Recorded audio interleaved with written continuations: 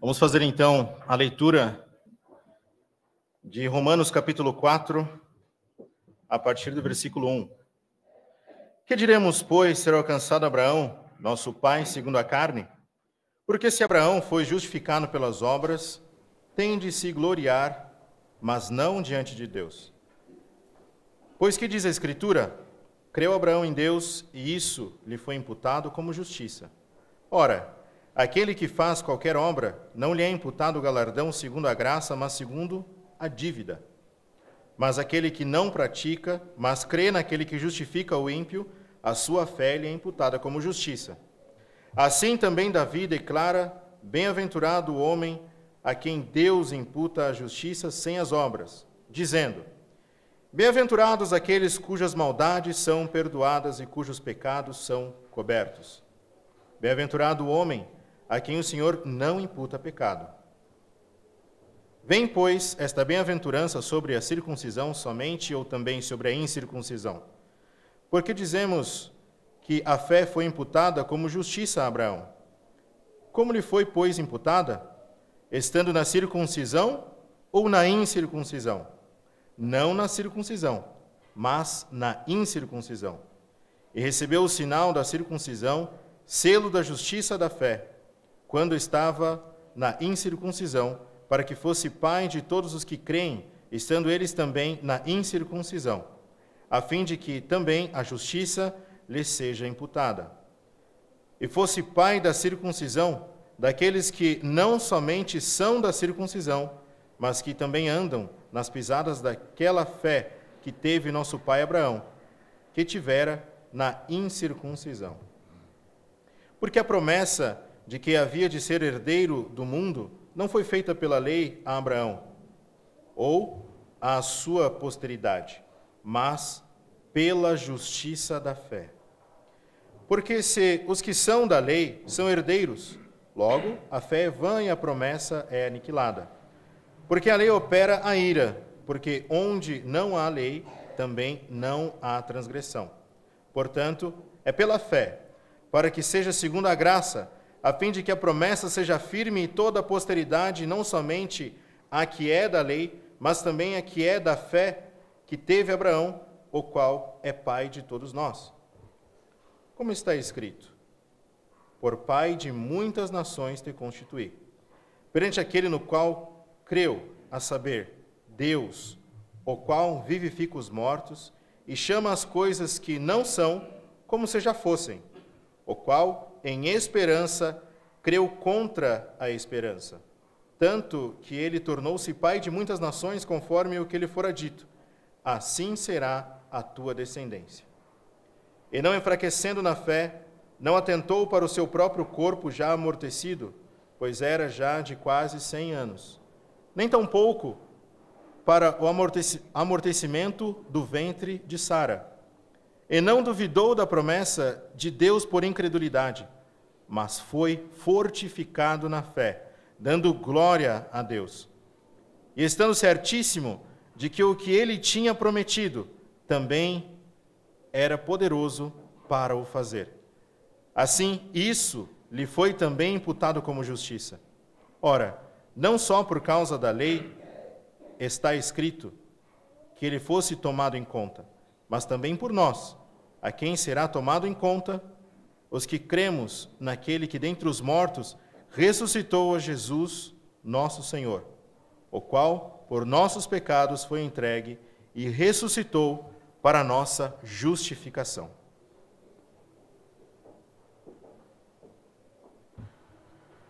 Bom dia a todos, mais uma vez. O Wagner já fez a saudação completa, então não precisamos mais agora. Eu gostaria de dar uma pequena introdução ao tema e depois podemos então entrar no estudo como de costume. E embora a introdução não é pensada em ser uma palestra, não vai ser 5 minutos. Eu acho que também não meia hora. A primeira parte da introdução eu vou fazer mais curta, porque já fizemos nos anos anteriores, e até mesmo quem quiser, creio que em algum lugar está gravado. Sempre é bom a gente se relembrar, e hoje em dia isso ficou muito mais fácil. A Epístola aos Romanos, ela é introduzida pelo autor Paulo, e ele se introduz como servo escravo de Cristo Jesus, ou de Jesus Cristo, e chamado apóstolo. Ele se mostra como um escravo do seu Senhor e um mensageiro, um enviado desse Senhor. E ele escreve a todos os amados que estão em Roma, capítulo 1 ainda, aos chamados santos. Portanto, ele escreve a crentes. E isso talvez surpreende um ou outro, porque o tema principal da Epístola aos Romanos é o Evangelho. Então, Paulo explica o Evangelho para crentes.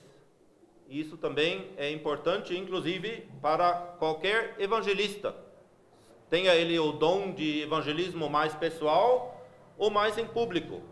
Ele precisa conhecer a doutrina do Evangelho, aquilo que é o Evangelho, como funciona, quais que são os efeitos, como o Evangelho se reconcilia com o povo de Israel e os planos de Deus com os judeus, quais que são os efeitos e consequências para nós na época da graça, para então conseguir desempenhar o seu ministério, o seu serviço. E Paulo, ele não conhecia esses romanos. A carta foi escrita provavelmente por volta dos anos 57 a 59, a gente não sabe exatamente a data, porque a própria epístola não dá a data. Mas Paulo estava prestes a viajar para Jerusalém e levar ali donativos que vieram da Acaia e da Macedônia. Isso está sendo mencionado na epístola e por isso a gente tem mais ou menos uma situação histórica da datação também. Foi uma epístola que, como a maioria delas, Paulo não escreveu ele mesmo de próprio punho, mas sim um irmão chamado Tércio, que é mencionado em Romanos 16, versículo 22, uma ajudante, alguém que trabalhou com Paulo e que nos fez um bom serviço. Ele escreveu aquilo que Paulo ditou a ele e assim a epístola chega até nós.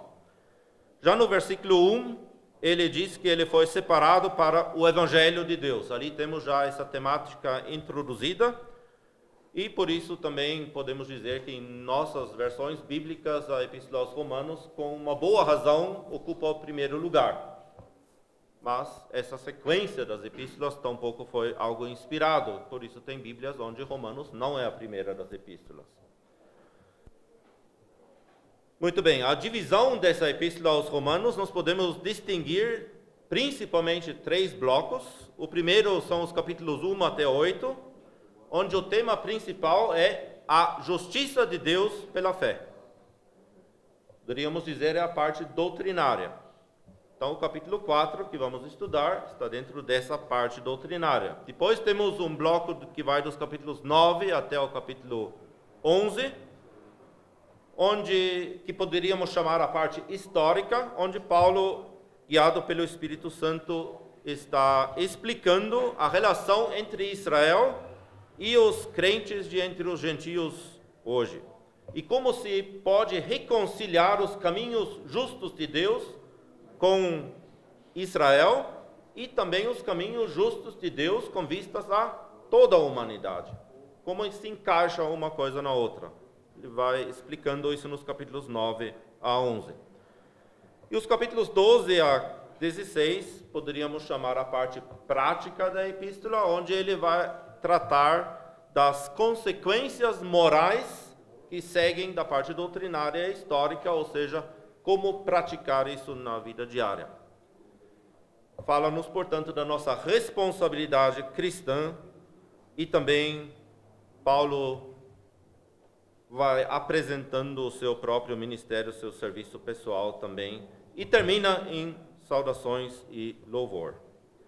A primeira parte dos capítulos 1 até 8, onde nós estamos, ela tem, de novo, 2 blocos principais. O primeiro vai do capítulo 1, versículo 18, começa depois da introdução da epístola, até o capítulo 5, versículo 11. Ali temos um corte dentro da própria epístola. Isso talvez possa nos até servir de norte um pouco para o estudo, se a gente percebe que o capítulo 4 é pouco para todos os dias, que talvez cheguemos então até o capítulo 5, 11, porque ali temos um corte natural na epístola.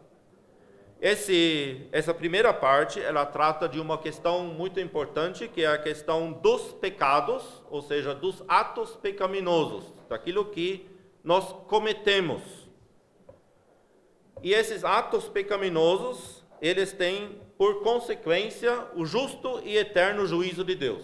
Deus, ele tem que julgar justamente aqueles atos, os pecados cometidos. Isso requer uma resposta divina, e essa resposta divina está na justiça de Deus, justamente, e por isso ele envia o Senhor Jesus. São as respostas que Deus dá.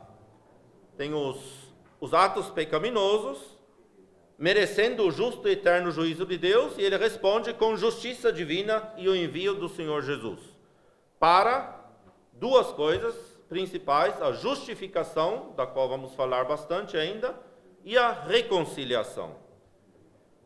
Por exemplo, capítulo 4, versículo 25, onde fala que ele ressuscitou para nossa justificação, e no capítulo 5, então, nos primeiros versículos até o versículo 11, 3 vezes fala da reconciliação. E quanto a essa questão da culpa diante de Deus, isso é importante discernir, existe diferença, entre aspas. Nós muitas vezes falamos comumente, em pecado não há diferença. É verdade, mas quanto à culpa, consequência desse pecado, há diferença de responsabilidades diante de Deus, e Deus trata de maneira diferente. Ele não trata injusto. Há julgamento para todos, mas ele aplica um justo julgamento quanto a essa questão. Os atos pecaminosos têm por consequência, então, culpa diante de Deus, e essa culpa requer perdão. Romanos 3, versículos 25 a 26. E o versículo 25, o último do capítulo 4, ele nos diz também que Cristo, ele foi entregue por nossos pecados, com vistas a nossos pecados, visando aquilo que nós cometemos. A segunda parte, então, dessa parte doutrinária, vai do capítulo 5, versículo 12, até o versículo 39 do capítulo 8, o último versículo, e trata de uma outra questão originária, a questão do pecado, do estado pecaminoso em que qualquer ser humano se encontra, mesmo não tendo cometido um único pecado sequer. Tivesse uma pessoa vivendo totalmente santa diante de Deus, sem pecado nenhum, nunca fez nada, ainda assim tem o pecado em si, ela está num estado pecaminoso que requer também um tratamento. E esse estado pecaminoso, ele tem também duas consequências, que é a escravidão sob o domínio de Satanás. Uma consequência, ela requer, essa consequência, o estado sob escravidão, requer uma resposta divina, que é a libertação e a reconciliação com Deus. Esse escravo do pecado precisa ser libertado e reconciliado com Deus, colocado de acordo com Deus. E quanto a essa questão do pecado, do estado pecaminoso, de fato não há diferença nenhuma. Todos os seres humanos, desde Adão? Não. Desde o próximo descendente de Adão, nasceram em pecado, nasceram nesse estado.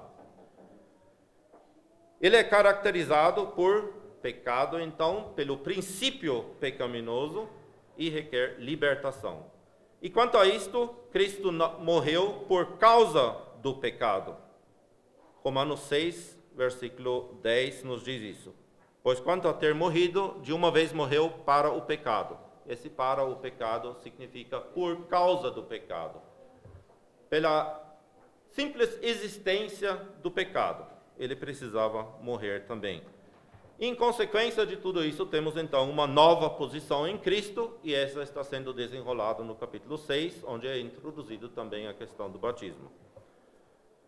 E aí, mais coisas a respeito da epístola, falamos nos anos anteriores, não vou repetir então.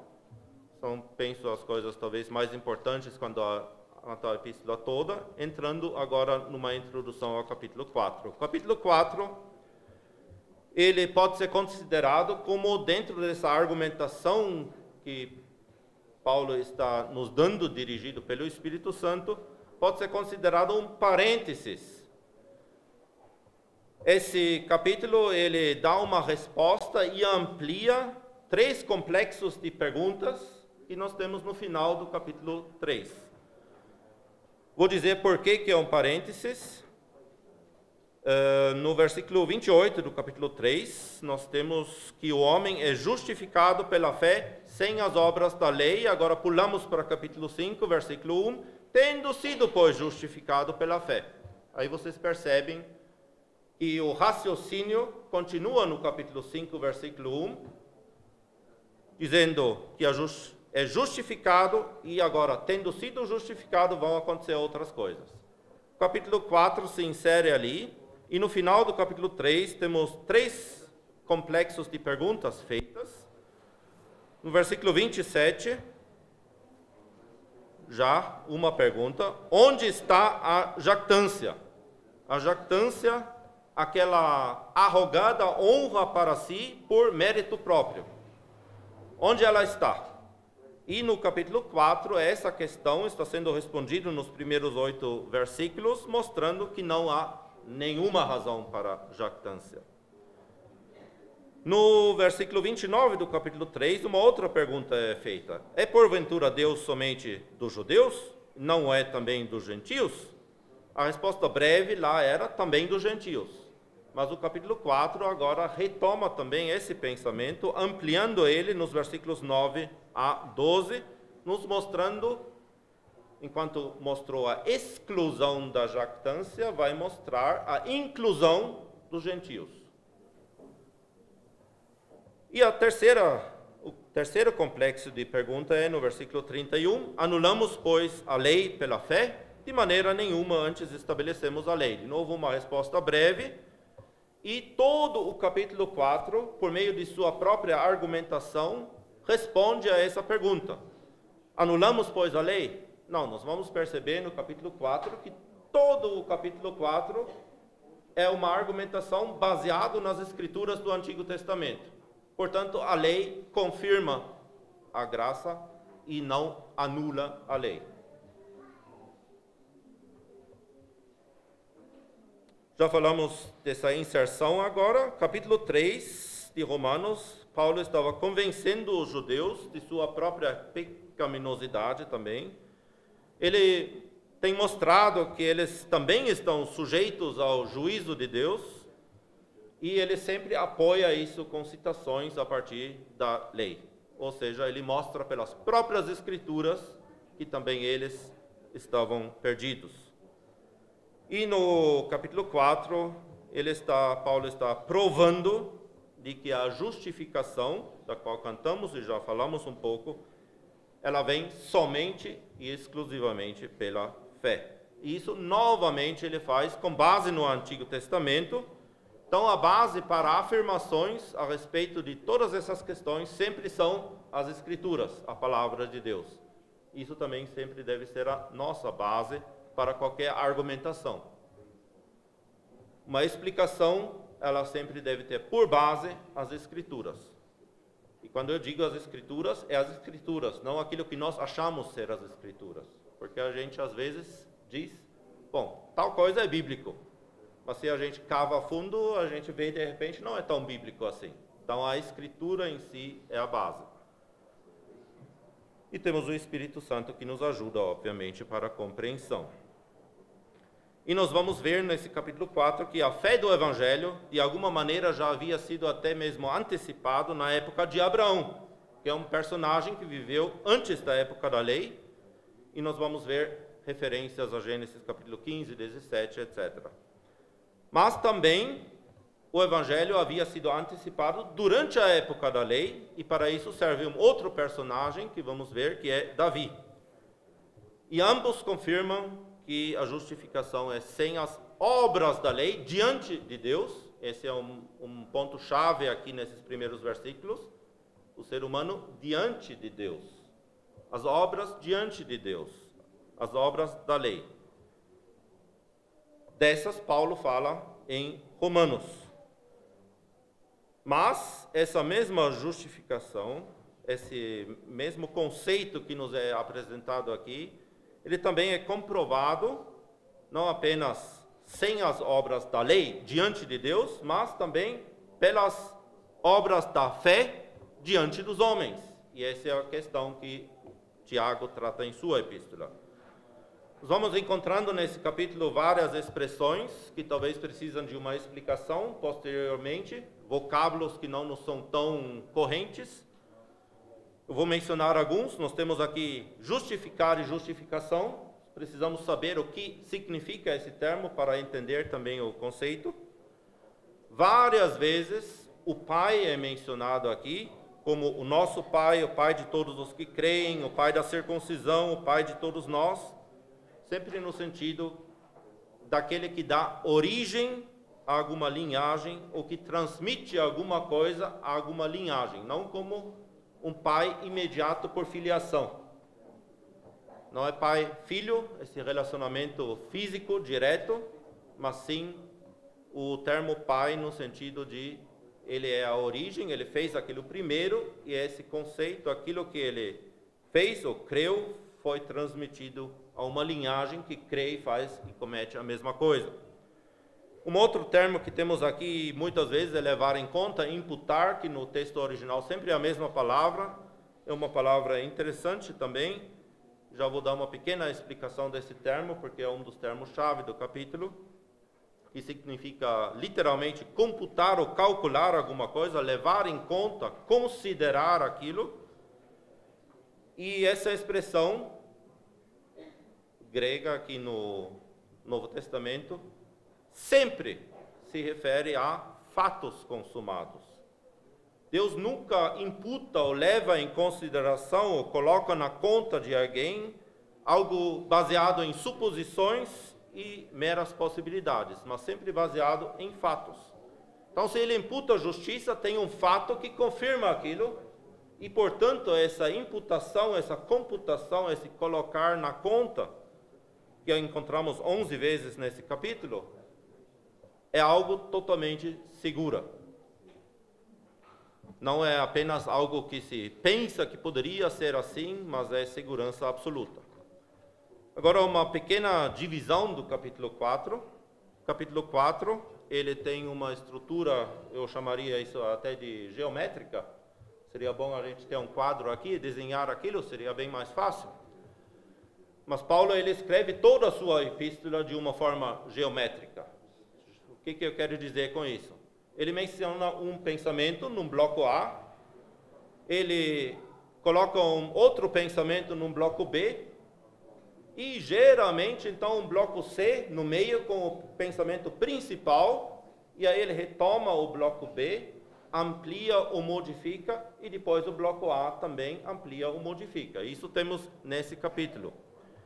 O bloco A, ele iria dos versículos 1 até 8, e é caracterizado por uma pergunta, no que diz respeito, então, a Abraão e Davi, como eles foram justificados diante de Deus, isso foi pela fé ou por obras?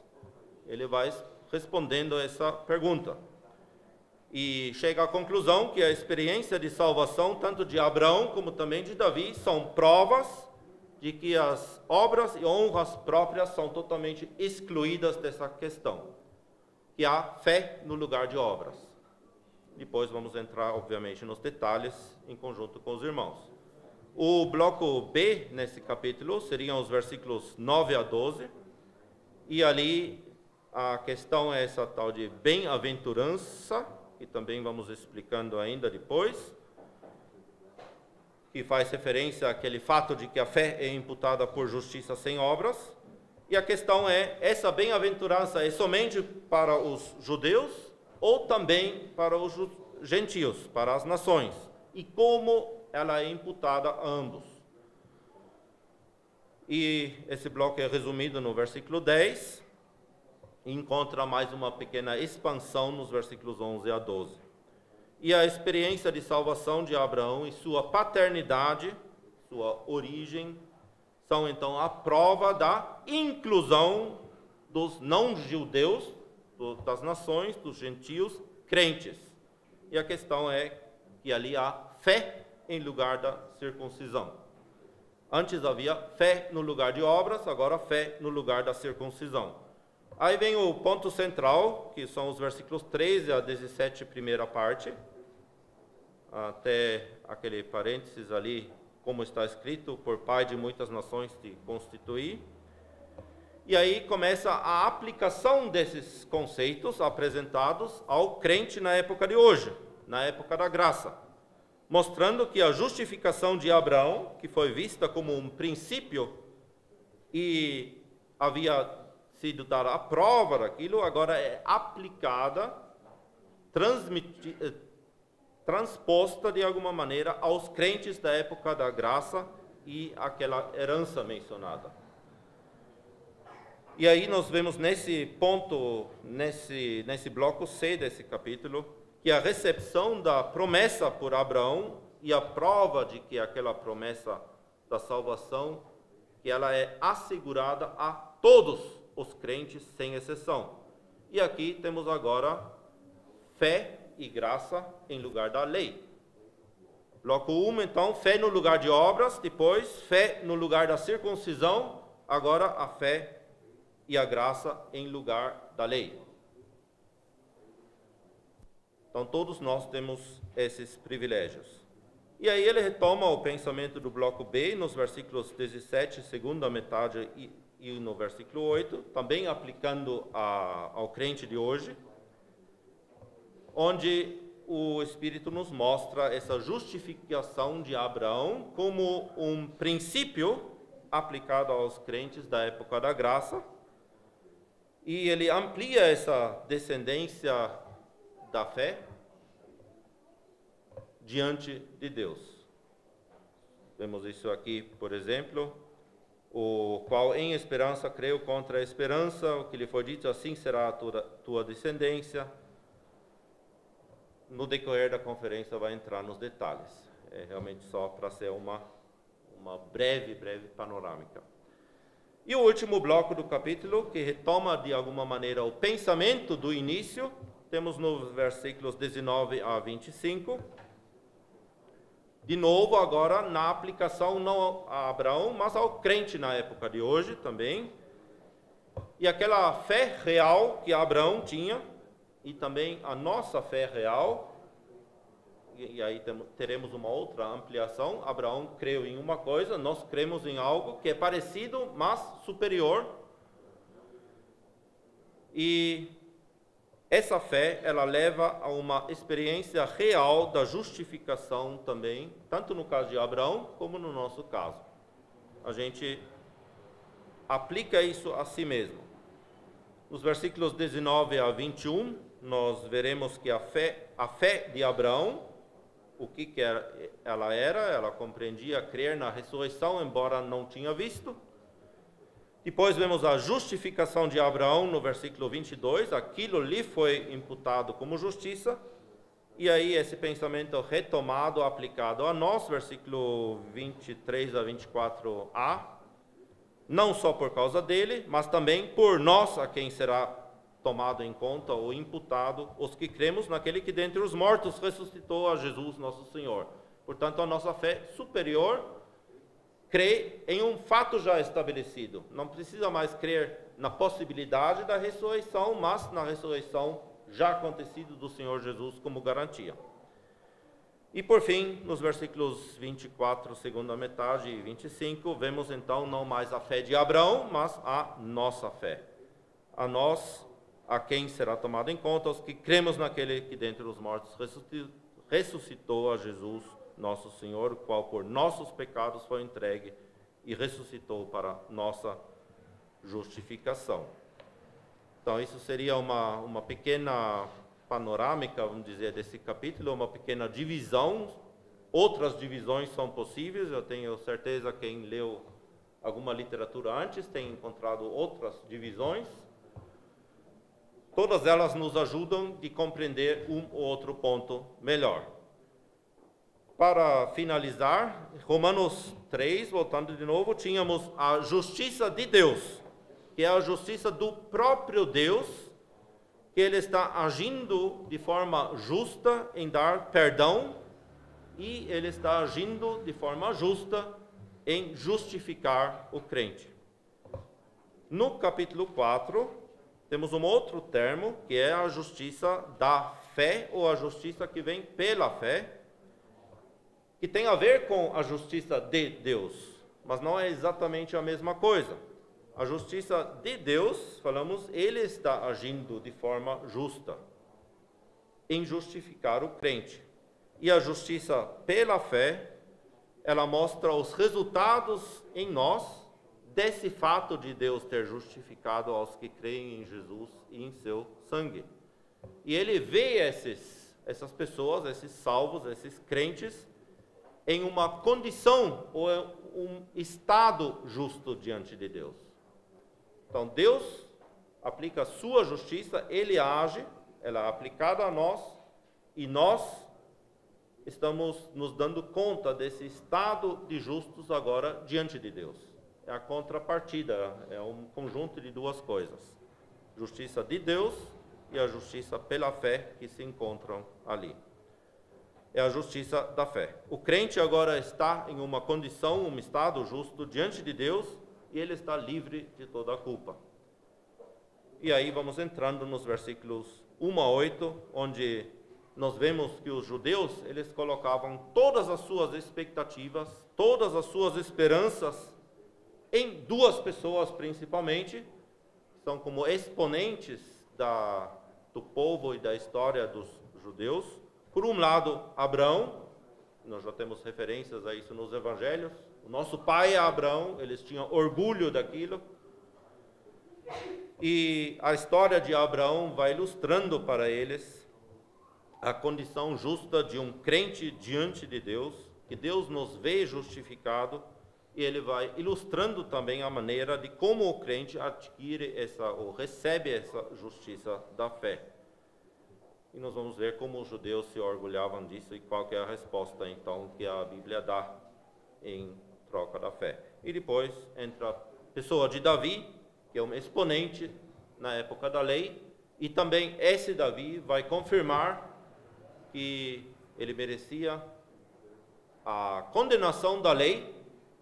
Se fosse só pela lei, para Davi não tinha escape nenhum, ele tinha que ser absolutamente condenado, mas a graça de Deus entrou ali e foi maior que a lei, e ele nos mostra aquela bem-aventurança, então, de uma pessoa a quem Deus imputa a justiça sem obras. Portanto, duas provas para qualquer judeu que quisesse fazer esse raciocínio, Abraão e Davi, que a justificação vem pela fé, com base na fé, e não pela lei ou pelas obras da lei.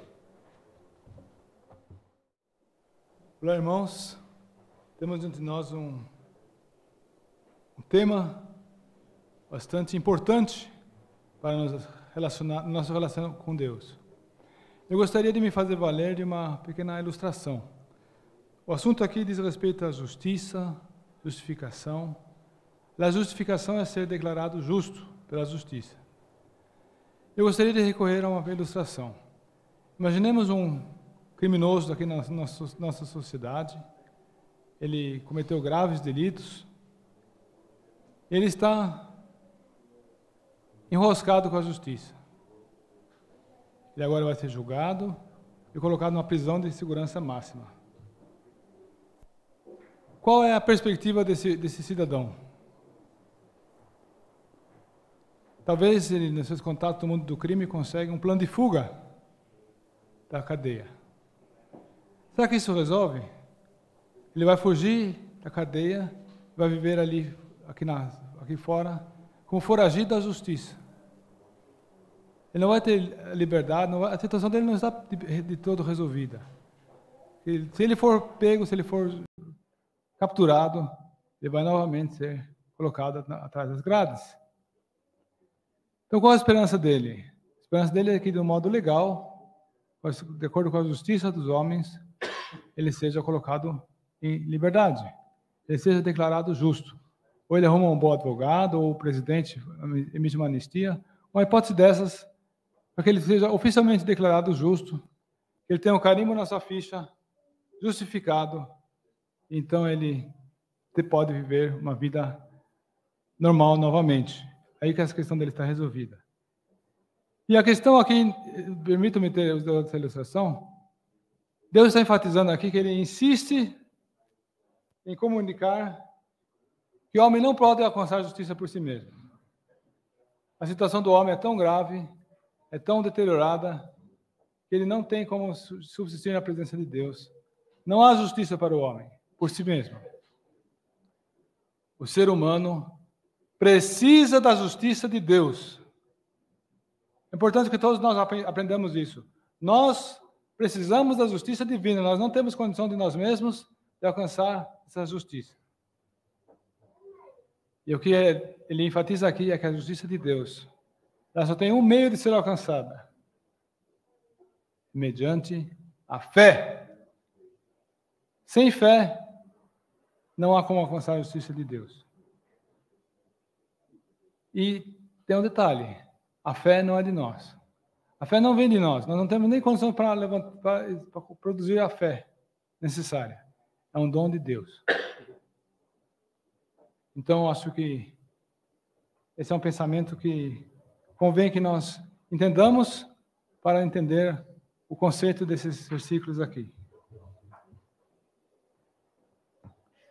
Bom dia aos irmãos também.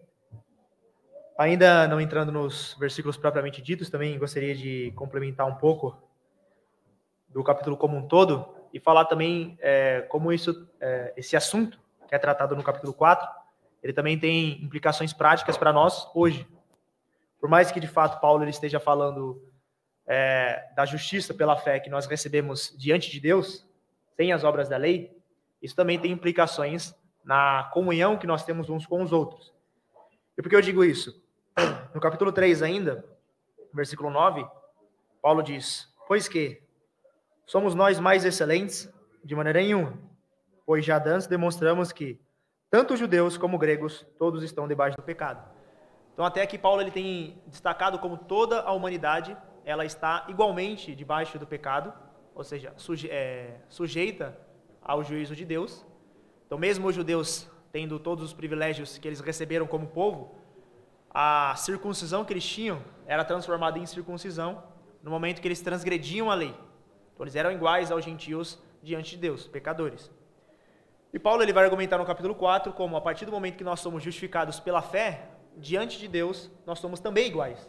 Se nós éramos iguais diante do juízo, antes da justificação, após a justificação, todos nós também somos iguais diante de Deus, independente da circuncisão ou da incircuncisão, ou seja, independente das obras da lei, de marcadores que identificavam um povo em detrimento de outro.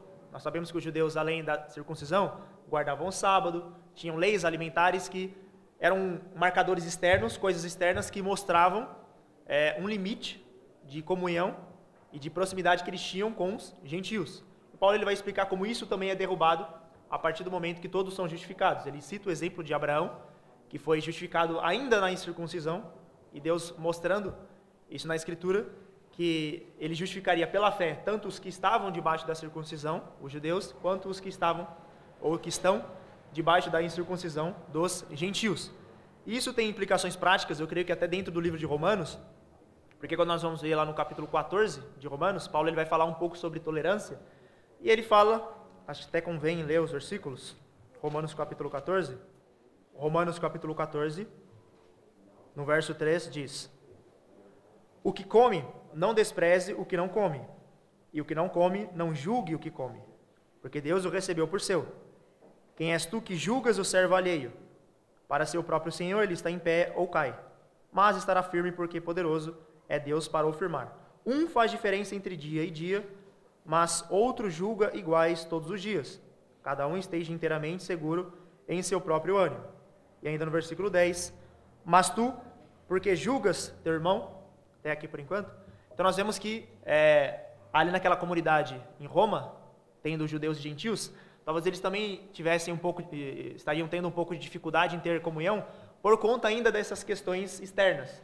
Por isso que, como o irmão falou, é importante entender o Evangelho, o que é o evangelho de fato, por isso que Paulo começa explicando o que é o evangelho, para que isso também reverberasse na comunhão que eles têm uns com os outros. A partir do momento que ambos são justificados, judeus e gentios, da forma que vocês estão, isso já é a base suficiente para que vocês tenham comunhão uns com os outros, independente de leis alimentares, independente de guardas de dias, independente também de circuncisão. Isso era um problema real.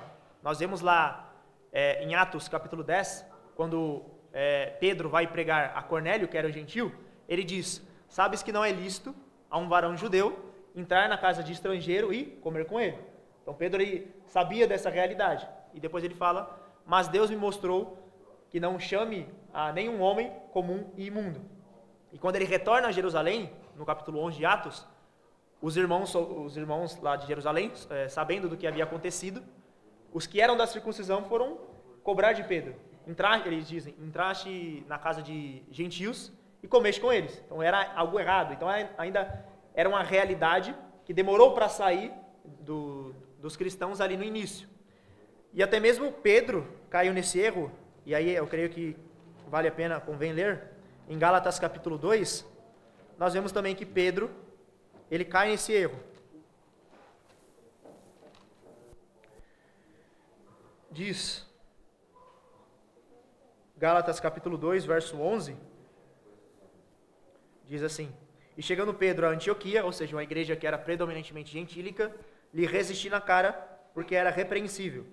Porque antes que alguns tivessem chegado da parte de Tiago, comia com os gentios. Mas, depois que chegaram, se foi retirando e se apartou deles, temendo os que eram da circuncisão. Então, quando Pedro chegou em Antioquia, ele agiu de acordo com a verdade do Evangelho. Mesmo que aqueles gentios não fossem circuncidados e não tivessem restrições alimentares, Pedro, sabendo que eles haviam também sido justificados daquela forma, sem restrição de alimentos, sem circuncisão, sem guarda de dias, ele teve comunhão com eles, simbolizado ali pela refeição juntos. Mas depois que chegaram aqueles que eram da circuncisão, aqueles que ainda insistiam que os gentios também deveriam aderir a esses marcadores de fé, circuncisão, guarda de dias, etc., Pedro foi se afastando, ele foi deixando a verdade do Evangelho, que o irmão falou muito bem, que nós devemos dominar a base do Evangelho para que não cair nesses erros também. E é interessante que o próprio Paulo fala acerca da verdade do Evangelho no versículo 14. Diz assim: mas quando vi que não andavam bem e direitamente conforme a verdade do Evangelho. Então a forma que Pedro agiu não era conforme a verdade do Evangelho. E quando nós olhamos isso, talvez não seja muito bem algo da nossa realidade, guarda do sábado, leis alimentares, circuncisão, era um problema de fato daquela época, mas ainda assim hoje nos traz implicações, porque às vezes nós também podemos trazer essa espécie de legalismo e fazer uma divisão de crentes com base em questões exteriores. E para não ficar somente na teoria, citar algo prático que eu mesmo vivi. Muitos não sabem, alguns já sabem. Eu não me converti, não cresci no meio dos irmãos, me converti numa igreja pentecostal, em que lá eles tinham por costume e tradição que não se usasse barba. E eu tenho uma barba grande, tive desde a época que eu congregava lá, e tinha muito esse problema, porque eu queria deixar a barba crescer, e os líderes ficavam insistentemente dizendo que eu tinha que tirar a barba, senão eu iria ser disciplinado, não iria participar das atividades da igreja. Então isso é só uma amostra de como ainda hoje nós podemos também cair nesse mesmo erro de, por questões externas, nós nos afastarmos, julgarmos, desprezarmos outros irmãos por diversas questões, que eu não vou entrar nesses detalhes agora, mas que são várias, creio que os irmãos já viveram isso de alguma forma. Enfim, nós podemos cair nesse mesmo erro de não andar conforme a verdade do Evangelho. Não ter comunhão com irmãos que foram justificados de fato pela fé do jeito que estão. E aqui, obviamente, não estou entrando em questão de pecados, é mais nessas questões externas mesmo, que também era esse mesmo contexto aqui, que foi explicado aqui por Paulo, e que ele destacou muito bem que todos nós somos justificados, somos iguais perante Deus, independente de marcadores externos que separam povos, que era o que acontecia lá entre judeus e gentios.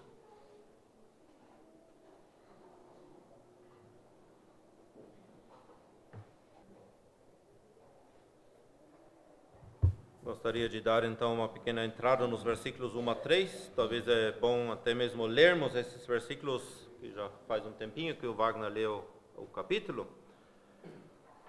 É feita uma pergunta: que diremos, pois, ter alcançado Abraão, nosso pai, segundo a carne? Temos primeiramente essa expressão, pai segundo a carne. Ele era a origem dos judeus. Então ali se trata uma pergunta que é feita diretamente ao judeu.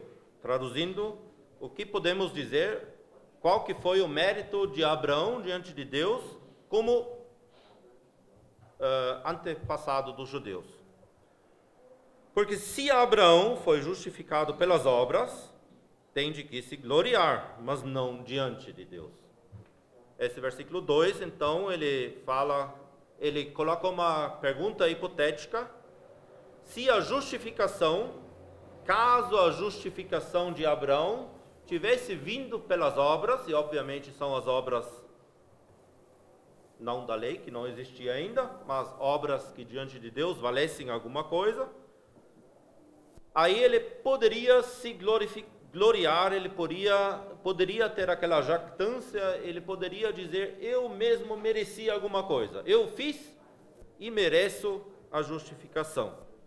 Aí ele diz: bom, se Abraão foi justificado pelas obras, ele poderia se gloriar, mas não diante de Deus.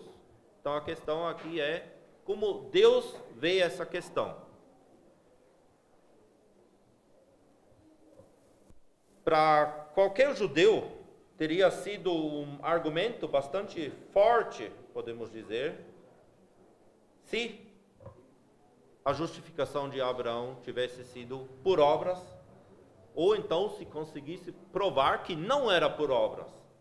Se não fosse por obras, esse argumento teria que convencer a qualquer judeu. Como eles estavam dizendo, ele é o nosso pai, nós nos gloriamos nele, nós temos orgulho dele ser o nosso antepassado, então o que se aplica a Abraão é uma forte prova para o judeu de crer ou não crer. Porque aí, se ele não crê, se Abraão não foi justificado por obras, e o judeu agora diz: eu não creio nisso, ele rejeita Abraão. Então todo aquele orgulho natural cai em terra. E Paulo está provando no versículo 3 exatamente isso. Ele diz: pois que diz a Escritura. Então vamos olhar na Bíblia. Algo que nós também temos que fazer, olhar o que a Bíblia diz. E o que diz a Bíblia? Creu Abraão em Deus e isso lhe foi imputado como justiça. Aquilo que eu falei antes, tem um fato aqui estabelecido, a fé de Abraão, e isso serviu como justiça diante de Deus. Não apenas um pedacinho de justiça, mas a justiça toda, baseado na fé de Abraão. E essa citação aqui, ela faz referência a um momento na vida de Abraão em que ele não havia sido circuncidado. Em primeiro plano, talvez, Gênesis capítulo 5, versículo 6, mas até mesmo se a gente pega Gênesis capítulo 17, onde a circuncisão é introduzida, ela vem posterior à fé de Abraão. Apenas um carimbo pela fé que ele tinha na incircuncisão.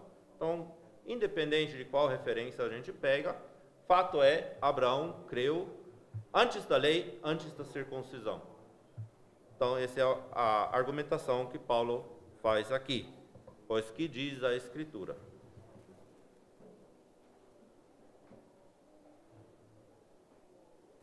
Vamos fazer então uma pequena pausa de 10 minutinhos, para aqueles que quiserem tomar uma água, ir ao banheiro, esticar as pernas, mas eu gostaria antes de orar.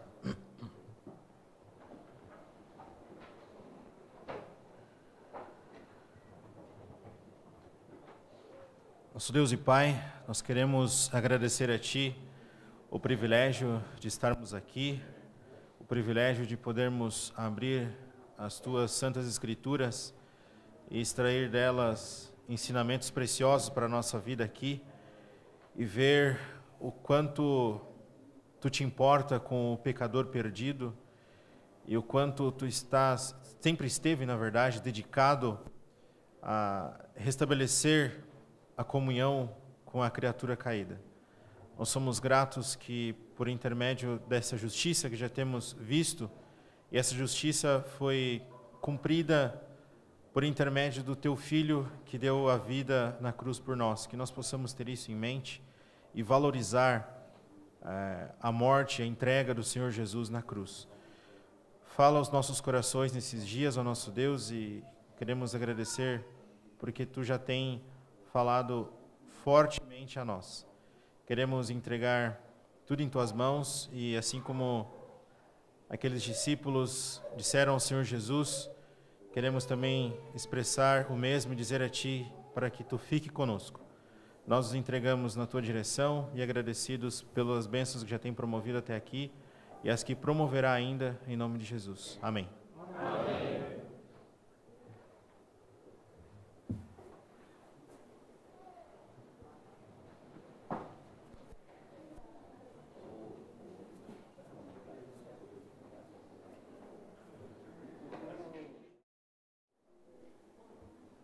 O irmão Bernardo, na sua explicação do contexto aqui, ele falou que há 3 complexos de perguntas no capítulo 3, no final. A primeira dela, onde está a jactância? Onde está a vanglória? Onde está o fato de alguém se vangloriar sobre, se arrogar mais próximo da salvação? Ele foi excluída. É por essa razão que ele apresenta aqui o Abrão. Para um judeu, Abrão era muito motivo de orgulho. Vamos recorrer a Lucas 3, por exemplo. O João Batista, ele repreende os que iam a ele para serem batizados, dizendo no versículo 8 do capítulo 3, Produzi, pois, frutos dignos de arrependimento, e não comeceis a dizer entre vós mesmos, temos por pai Abrão, porque eu vos afirmo que dessas pedras Deus pode suscitar filhos de Abrão. Então os judeus, eles tinham um grande orgulho de serem descendentes da carne de Abraão segundo a carne. E na explicação aqui ele está colocando justamente isso que eles tomavam por motivo de sua vanglória, para provar que ele não foi salvo por obras. Ele não foi salvo por observar algum rito, algum preceito. Este mesmo do qual eles se vangloriavam ser filhos, descendência, ele mesmo alcançou a justiça pela fé, assim como todos os demais homens alcançam a justiça segundo os mesmos parâmetros.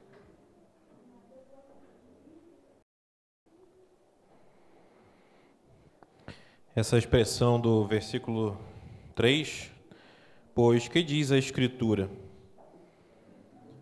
E em seguida Paulo cita um versículo lá de Gênesis capítulo 5, versículo 6. Abraão creu em Deus e isso lhe foi imputado para a justiça. Se Paulo tivesse dando apenas a sua versão, né, da justificação, tivesse explicando, ainda assim, né, teria valor para nós, mas aqui ele traz um testemunho sólido, porque as próprias Escrituras, antes mesmo que a lei viesse a existir, antes mesmo que a circuncisão viesse a ser implementada, né, Deus já havia testificado que Abraão foi justificado pela sua fé.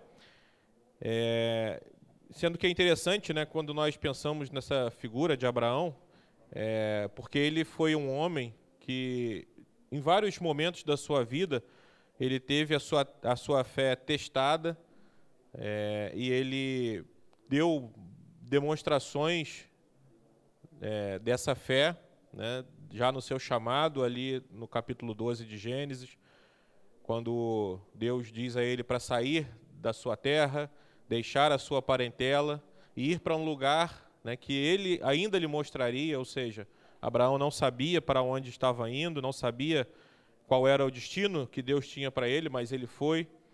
Lembramos também lá no capítulo 25, né, quando Deus manda ele sacrificar o seu filho Isaque, aquilo que ele tinha de mais importante, e ele vai confiante para essa missão, ele não questiona. Mas esse versículo que Paulo cita aqui, essa parte da Escritura, nós encontramos num outro episódio, lá no capítulo 15 de Gênesis. E eu creio que é importante lermos, porque isso vai nos ajudar a compreender o texto mais adiante. Talvez a segunda metade desse capítulo, né, traz algumas explicações sobre esse fato, sobre essa fé de Abraão nesse momento. No capítulo 15 de Gênesis, versículos 1 a 6, nós temos o seguinte: depois destes acontecimentos, veio a palavra do Senhor a Abrão numa visão e disse: Não temas, Abrão, eu sou o teu escudo e o teu galardão será sobremodo grande, e o teu galardão será sobremodo grande. Respondeu Abrão: Senhor Deus, que me haverás de dar se continuo sem filhos e o herdeiro da minha casa é o Damasceno Eliezer? Disse mais Abrão: A mim não me concedeste descendência, e um servo nascido na minha casa será o meu herdeiro. A isto respondeu logo o Senhor, dizendo: Não será esse o teu herdeiro, mas aquele que será gerado de ti será o teu herdeiro. Então conduziu-o até fora e disse: Olha para os céus e conta as estrelas, se é que o podes. E lhe disse: Será assim a tua posteridade. Ele creu no Senhor e isso lhe foi imputado para a justiça. Portanto, é essa passagem que Paulo tem em mente aqui, quando ele escreve esse capítulo 4 da carta aos Romanos. É aquele momento em que Deus reafirma uma promessa que ele já tinha feito de uma maneira mais resumida, né? Ele reafirma para ainda Abrão a respeito da sua descendência. E nesse momento nós vemos que Abrão crê, né? E isso lhe é imputado como justiça. Mas essa passagem em si, né, como já vimos, ela vai ser mais bem explicada adiante no texto. Mas também queria falar um pouquinho agora sobre o versículo 4, que é uma continuidade aqui, que diz: Ora, ao que trabalha, o salário não é considerado como favor, e sim como dívida. Esse é um versículo bem fácil de nós entendermos, né? Todos aqui que já trabalharam por um salário, ou que trabalham por um salário, podem compreender facilmente o que Paulo está dizendo. Quando nós trabalhamos o mês inteiro, né, nós chegamos ao final do mês e esperamos receber o nosso salário. E será que, nesse caso, o nosso patrão, ele paga o nosso salário e diz: bom, agora estou te fazendo um favor, né? Estou pagando aqui o salário, é um favor que eu estou te fazendo. Será que nós aceitaríamos, né, essa palavra? Claramente não, né, porque nós trabalhamos e então somos merecedores do nosso salário. Ao final do mês, chegando o último dia do mês, o nosso patrão agora é o nosso devedor. Ele tem que pagar o nosso salário porque nós fizemos por onde, né? E obviamente que se nós pudéssemos ser justificados pelas nossas obras, Deus seria nosso devedor. Nós apenas estaríamos recebendo algo que nós conquistamos com o nosso trabalho, né? Mas não é assim. E isso pode ser muito fácil na teoria, mas muitas vezes nós podemos nos esquecer disso na prática, né? E reproduzimos expressões que podem ser até ofensivas contra Deus, né? Então, quando ouvimos, né, muitas vezes as pessoas dizendo: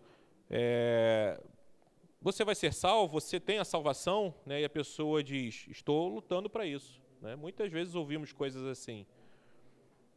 Infelizmente, né, são pessoas que ainda não compreenderam essa verdade de como Deus justifica pela sua graça, pelo seu amor, e que não há nada que possamos fazer, né? Então, muitas vezes, a pessoa que pensa assim, ela vive até angustiada, né? E se fosse assim, né, qual seria então o limite, né? Quantas obras deveríamos fazer? E se nós fizermos obras maravilhosas, mas de repente cometermos um pecado, e isso provavelmente acontece todos os dias em algum nível na nossa vida, né? Seja pensamento, seja pelo nosso falar, teríamos que começar de novo, teríamos que começar do zero e praticar novas obras para ter novamente a justificação? É impossível que seja assim, né? Não podemos pensar que podemos ter a justificação pelas nossas obras. Isso é impossível, né? E também quando muitas vezes ouvimos sobre perder a salvação, né? Perder a salvação seria o caso de termos a salvação e perdê-la por algum pecado que cometemos. Ora, se fosse assim, novamente, a salvação seria pelas obras, porque precisaríamos nunca cometer obras ruins para termos a salvação. Dependeria de nosso trabalho e não do nosso Deus que faz isso de graça para nós, né? Então, são questões que precisamos considerar e que nos fazem também contemplar a beleza do Senhor Jesus e daquilo que Ele fez por nós. Ele foi até a cruz e morreu por nós para que nós pudéssemos ser justificados, para que nós pudéssemos ter atribuída a nós essa justiça que nós não podemos ter por nós mesmos.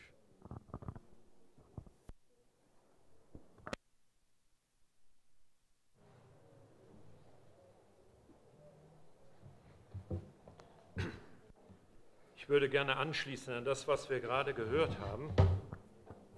Eu gostaria de agregar algo àquilo que acabamos de ouvir, Aber möchte noch vorab etwas Wichtiges sagen. mas antes eu gostaria de dizer algo importante ainda. Wo steht der Römerbrief? Onde que está a Epístola aos Romanos? Mitten im Neuen Testament, am Ende? Lá no centro do Novo Testamento, mais no final? Er steht hinter der Apostelgeschichte. Não, está lá depois do livro de Atos. In der Apostelgeschichte am Ende lesen wir, dass der Apostel Paulus unterwegs war und folglich, wir haben so eine Fortsetzung von dieser Reise, von dem Werk, was der Apostel Paulus hatte, auf dem Herzen hatte. No final do livro de Atos, nós lemos das viagens de Paulo e aqui temos como uma continuação daquelas viagens de Paulo, daquilo que ele tinha em seu coração. Und was wir im Römerbrief finden, ist ein sehr, sehr entscheidender Schlüssel. E aquilo que encontramos na Epístola aos Romanos é como uma chave decisiva. Ich hoffe, dass wir das alle an diesen 2 Tagen verstehen werden, besonders was wir hier in Römer 4 haben. E eu espero que todos nós vamos compreender isso nesses 2 dias, especialmente baseado naquilo que temos em Romanos 4. Denn es geht dem Apostel Paulus darum, spricht das Evangelium die gleiche Sprache wie das Alte Testament, harmoniert das Evangelium mit dem Alten Testament zusammen. Porque a questão que Paulo levanta aqui é que se o Evangelho e o Antigo Testamento falam a mesma língua, se estão em harmonia.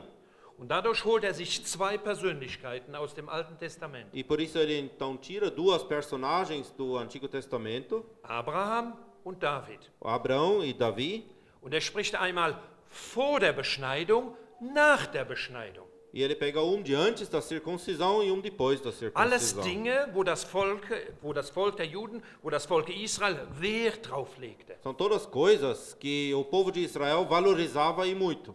Und das ist auch so eine Gefahr bei uns, dass wir auf manche Dinge sehr viel Wert legen. Isso também é um perigo para nós, que nós valorizamos, que damos muito valor a certas coisas. Aber was wir gerade gehört haben, Mas aquilo que acabamos de ouvir, glaubte Gott. In 1. Mose 15 haben wir gelesen, Abraham glaubte Gott, dass eine große Schar von Nachfahren, von Nachkommen haben werde. a respeito daquilo que lemos em Gênesis 15, versículo 6, que Abraão creu em Deus, que ele cria que ele teria uma enorme descendência, War fast 100 Jahre alt. e afinal ele tinha quase 100 anos ali. Seine Frau konnte keine Kinder mehr bekommen. E a sua esposa não podia mais ter filhos naturalmente. Hey Abraham, bist du noch ganz normal? Du kannst doch gar keine Nachkommen mehr bekommen. E, hein, Abraão, você ainda está certo da cabeça? Você nem pode ter mais descendência. Aber genau das ist ja der Punkt. Mas foi exatamente esse o ponto. Nicht auf uns schauen, sondern auf das, was Gott sagt und tut. De não olharmos para nós, mas naquilo que Deus diz e faz. Und darum ist es so wichtig, dass wir verstehen, das Heil Gottes, um errettet zu werden, können wir nichts dazu tun. E por isso é tão importante de compreendermos que a salvação não podemos acrescentar nada, não podemos fazer nada para sermos salvos. Gott gab das Beste, was er hatte. E Deus, ele deu o melhor que ele tinha, Er gab seinen vielgeliebten Sohn. Ele deu o seu filho muito amado. Wenn wir auch nicht so direkt das sehen, aber darum geht es dem Apostel Paulus, um uns das vorzustellen, erstens dem Volk Israel. E ainda que não vemos esse ponto exatamente aqui, mas é isso que Paulo tem em mente. Ele quer apresentar isso ao povo de Israel. Denn in der Gemeinde in Rom, gab es Israeliten, gab es Juden, die das nicht richtig einordnen konnten. Porque na igreja lá em Roma havia judeus que não eram capacitados a colocar todas as coisas em seu devido lugar. Aber das, was für sie in Rom damals so wichtig war, Mas aquilo que era tão importante para eles naquela época ali em Roma, ist für uns heute hier in Brasilien so wichtig zu erkennen, das Heil Gottes ist ein Geschenk, wo wir, ich und du, nichts hinzutun können. Es ist da. é tão importante também para nós hoje aqui no Brasil, que a salvação de Deus, você e eu não podemos acrescentar absolutamente nada. Simplesmente está disponível, está ali. Und nichts können wir hinzutun, um es zu verbessern, um es zu verändern. Alles hat der Herr für uns vorbereitet in Christo Jesu, seinem Sohn. Não podemos acrescentar nada para melhorar, por exemplo, essa salvação. Tudo o Senhor já disponibilizou, prontificou, está ali a salvação no seu Filho.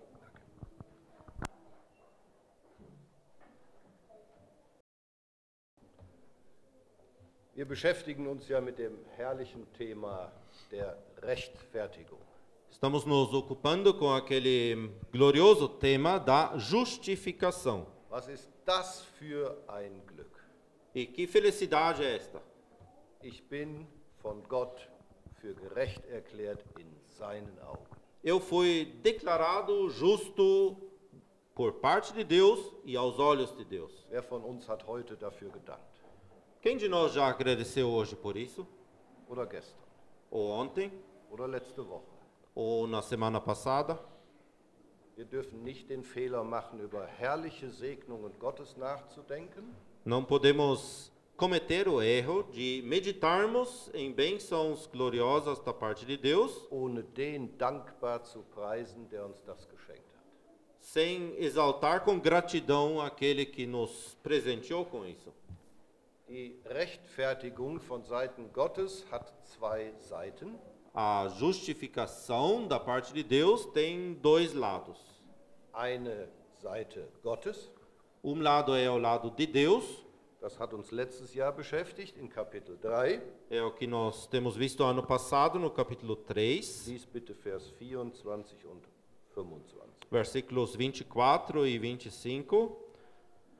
Sendo justificados gratuitamente pela sua graça, pela redenção que há em Cristo Jesus, ao qual Deus propôs para propiciação pela fé no seu sangue, para demonstrar a sua justiça pela remissão dos pecados dantes cometidos sob a paciência de Deus. Es ist die Gnade Gottes auf der Grundlage des Erlösungswerkes von Golgatha. É a graça de Deus com base na obra de redenção do Gólgota, Deswegen sind wir gerechtfertigt. e foi por isso que fomos justificados. Das ist die Seite Gottes. Esse é o lado de Deus. Auf diese Seite kommt Paulus in Kapitel 4 ab Vers 6 noch einmal zurück.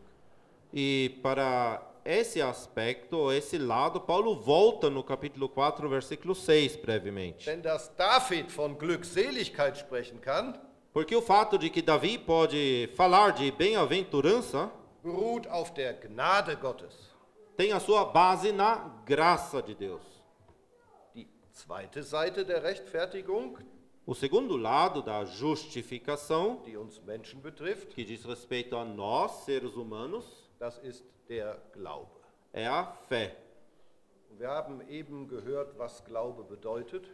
E ouvimos já o que significa fé. Ich nenne 4 Punkte.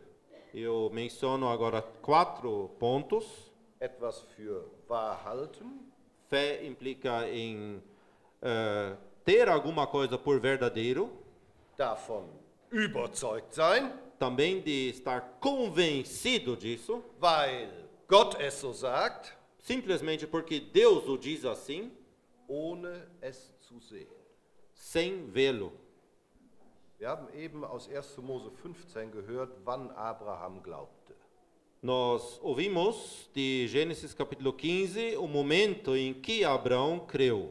Er bekommt eine Verheißung von Gott, Ele recebia uma promessa da parte de Deus, schon als er 75 Jahre alt war. já quando ele tinha 75 anos, Und dann sind 25 Jahre vergangen, 24 Jahre vergangen. e aí passaram mais 24 ou 25 anos, Und es ist nichts zu sehen. e não aconteceu nada, não se via nada. Dann kommt Gott noch einmal zu ihm und gibt ihm diese Verheißung, 1. Mose 15. Aí Deus vem de novo e lhe dá outra vez essa promessa, Gênesis 15, Und es ist immer noch nichts zu sehen. e ainda não se vê nada. Aber Abraham glaubt. Mas o Abraão, ele crê. Er hält die Aussage Gottes für wahr. Ele tem a afirmação de Deus por verdadeira. Er ist überzeugt davon, Ele está convencido dela, weil Gott es ihm gesagt hat, simplesmente porque Deus o disse assim, obwohl er noch nichts sehen kann. ainda que ele não consiga ver nada ainda. Und das ist für Gott so großartig, E é isso que é tão grandioso para Deus, dass er es Abraham zur Gerechtigkeit anrechnet. que ele imputa isso para Abraão a justiça, Wir merken, ou por justiça. welchen Wert Glaube hat in den Augen Gottes. Nós percebemos qual valor a fé tem aos olhos de Deus.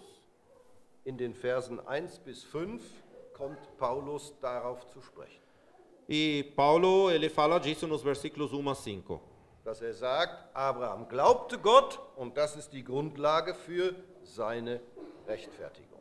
Que ele diz, Abraão creu em Deus e isso é a base para a sua justificação. Und er fasst das noch einmal zusammen in Vers 5, E ele resume isso no versículo 5, aber in einer allgemeinen Form, mas de uma forma mais generalizada. dem aber, der nicht wirkt, Mas aquele que não pratica, sondern glaubt, mas crê naquele, wird sein Glaube zur Gerechtigkeit gerechnet. a sua fé lhe é imputada como justiça. Ich hoffe, alle hier in diesem Raum haben diesen Glauben. E eu espero que todos aqui nesse lugar já tenham essa fé. Wir glauben Gott, dass wir die ewige Verdammnis verdient haben wegen unserer Sünden. Nós cremos em Deus que ele, naquilo que ele disse, que merecemos a condenação eterna. Wir glauben Gott, dass es einen Weg der Rettung gibt.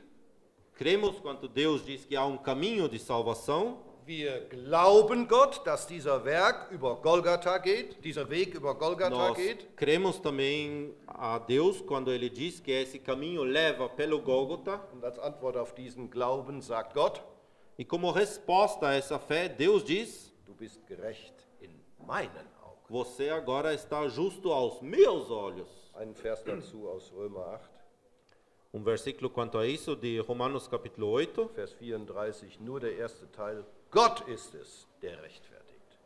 versículo 4, a primeira parte, 34. Não, 33 no final. É Deus quem os justifica.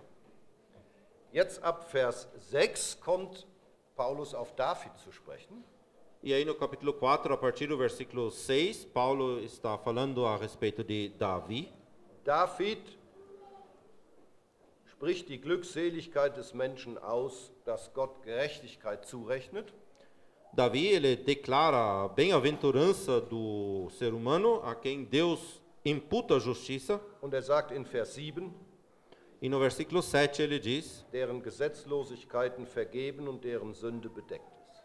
Bem-aventurados aqueles cujas maldades ou iniquidades são perdoadas e cujos pecados são cobertos. Hier steht nicht der Glaube Davids im Vordergrund, O que se destaca ali não é a fé de Davi, hier steht das Glück Davids im Vordergrund, mas a felicidade de Davi, auf der Grundlage erfahrener Vergebung.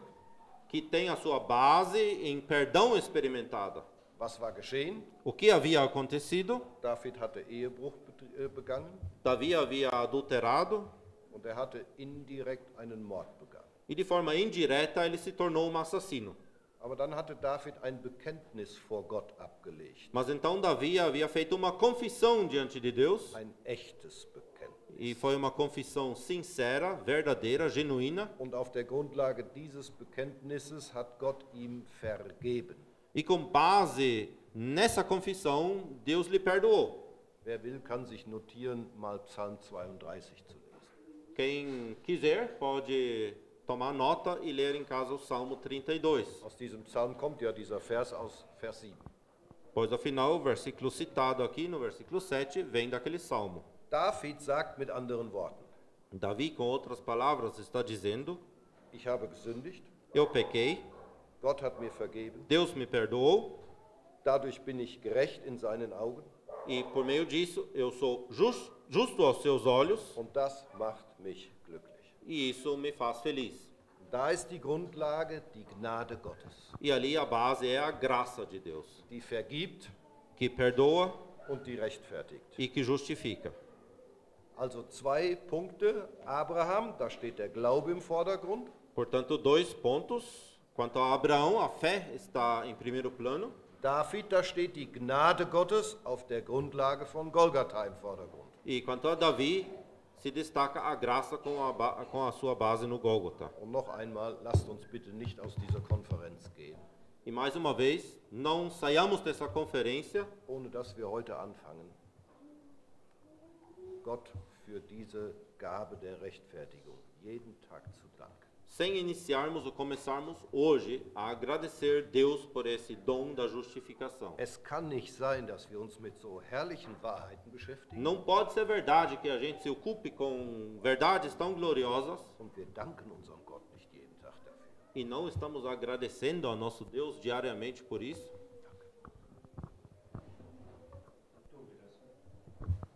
Então vamos fazer isso, o Luke diz.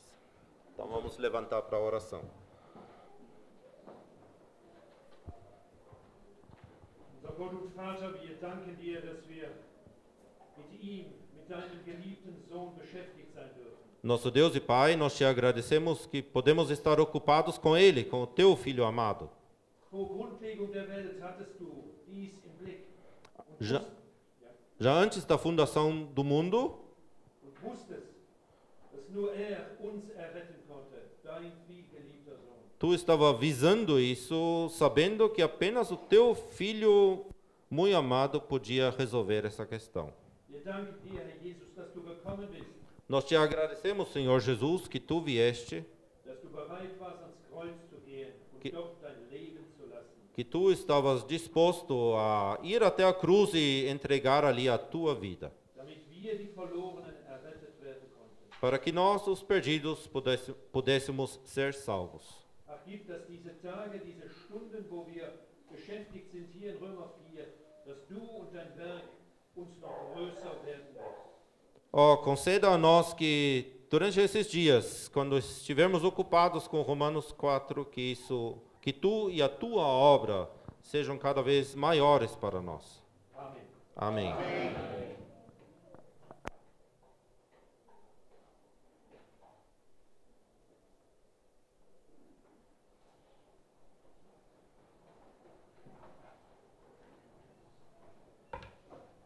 Nós temos aqui no capítulo de Romanos 4, um indivíduo sob os holofotes, que é o Abrão. E nós vemos aqui no versículo, já vou adiantando um pouquinho, versículo 20, que Abrão fez justamente o que o irmão conclamou nós a fazermos agora. O Abrão tinha fé nas palavras de Deus, fé nos atos de Deus, fé nas promessas de Deus, e tendo elas materializadas diante de si, o que ele fez? Fim do versículo 20. Pela fé se fortaleceu, dando glória a Deus. Abraão deu glória a Deus e Deus apreciou isso. Exaltou as virtudes, exaltou a graça de Deus. E agradeceu a Deus, como nós somos conclamados a fazer agora.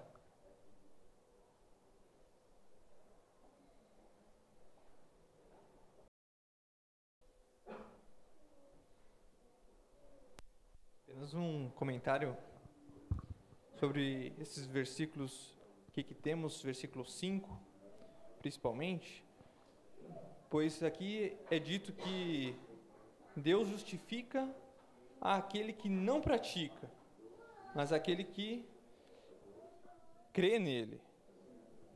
E isso é muito interessante, porque o homem natural, ele não tem a tendência de simplesmente confiar em Deus. Pelo contrário, ele prefere confiar em si mesmo, em querer fazer alguma coisa para merecer, e então, até mesmo o evangelho, muitas vezes, na cristandade, não tem sido pregado como deve ser. Muitos acreditam que não tem a salvação, não confiam em Deus, no que está dito. Claramente, muitas vezes as pessoas pensam, quando eu morrer, então Deus vai julgar as minhas obras, vai ver se eu fiz muitas coisas boas, se eu fiz muitas coisas erradas, e então eu serei julgado ali, vou ser salvo ou não. Não tem como saber. Não creem de fato no que Deus diz aqui, que Deus justifica não aquele que faz alguma coisa, não é por mérito, mas sim por graça. Aquele que deposita sua confiança em Deus, na justificação que Deus te dá. Essa imputação é justamente que Deus está colocando em você, falando, você agora é justo diante dos meus olhos. E vemos aqui nesse exemplo que tanto Davi, o grande rei Davi, e também Abraão, ambos foram salvos porque creram, confiaram, depositaram a sua confiança em um Deus, porque eles não mereciam. Eles eram pecadores e mereciam, na verdade, serem julgados, condenados. Mas por conta de um Deus bom, amoroso, que quis salvar eles, então eles confiaram nesse Deus e foram salvos.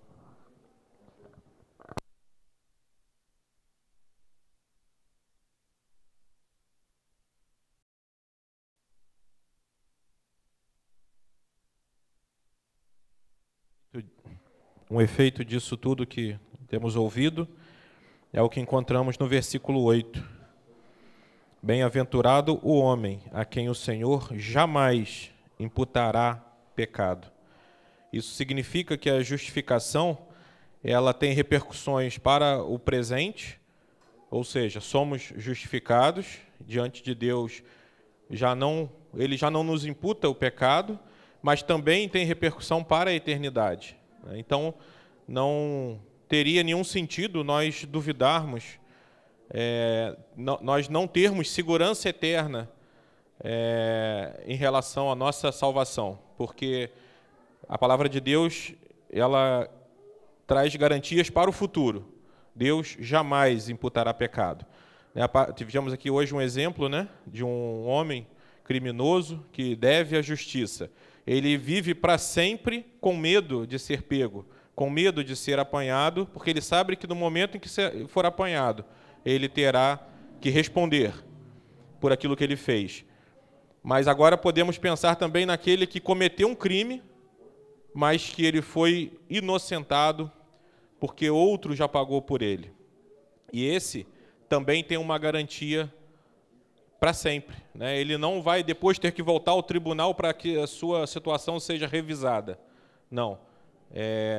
O momento em que ele recebe a sua sentença inocentando-o, porque outro já pagou por isso, ele pode sair livre, tranquilo, feliz. Porque, assim como temos visto na palavra de Deus, o Senhor jamais imputará pecado. Queria de mencionar ainda uma coisa um pouco geral a respeito desses versículos.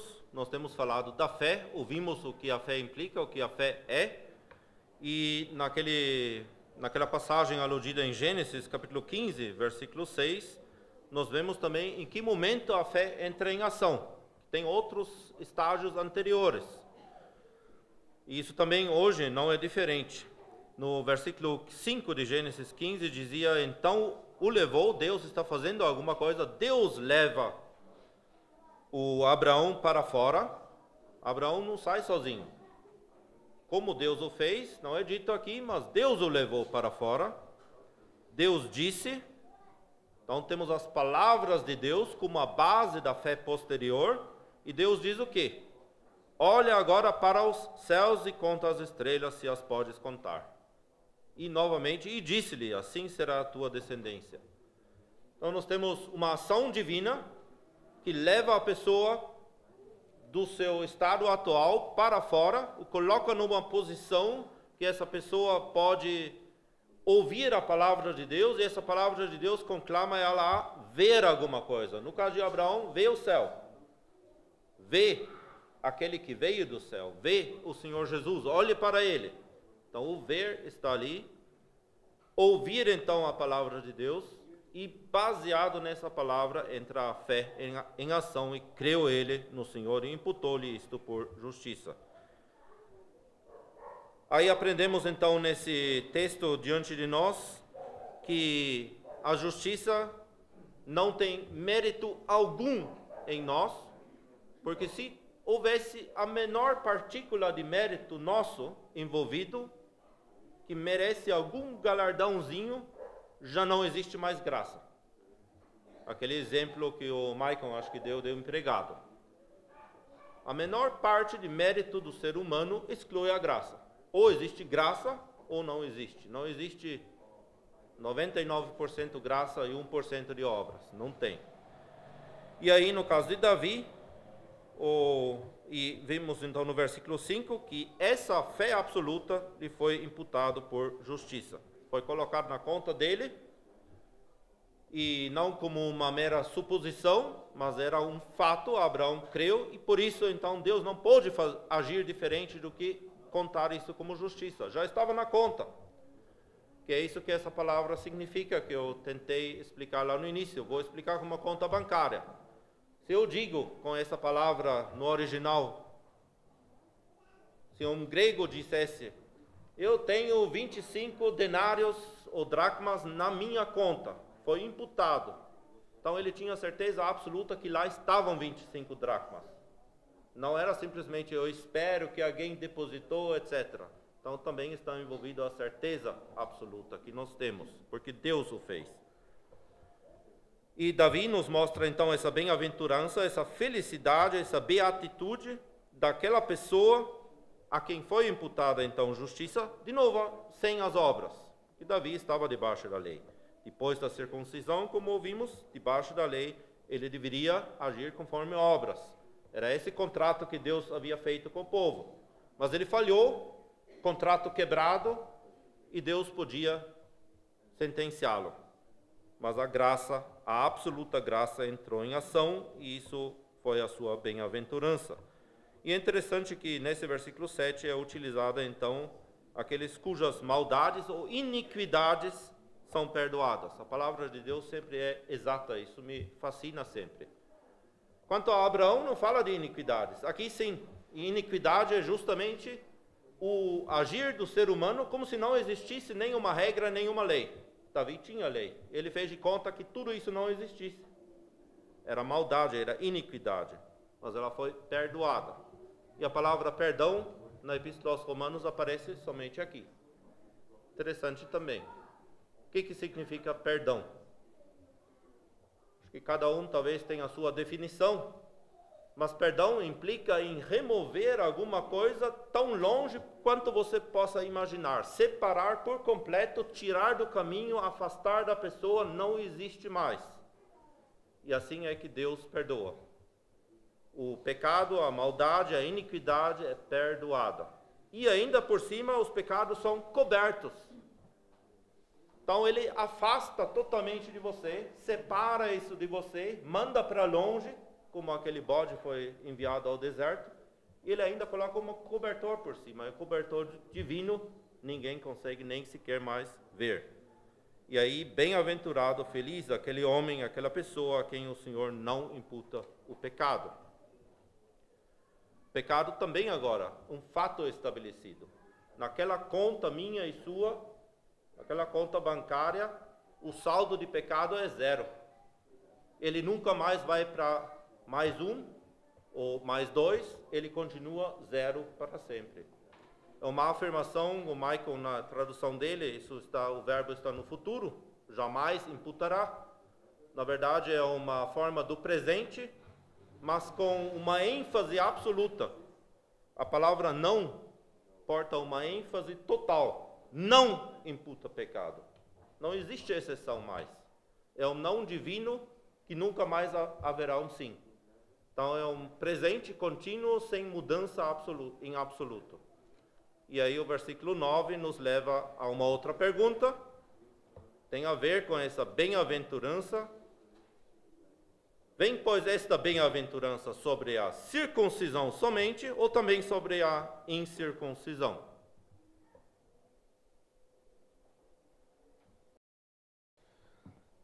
Bom, acho que a sua pergunta vai receber resposta no próximo bloco. Muito bem. Chegamos ao final, então, desse bloco de estudos, pela graça do Senhor, e creio que fica para nós bem claro a divisão.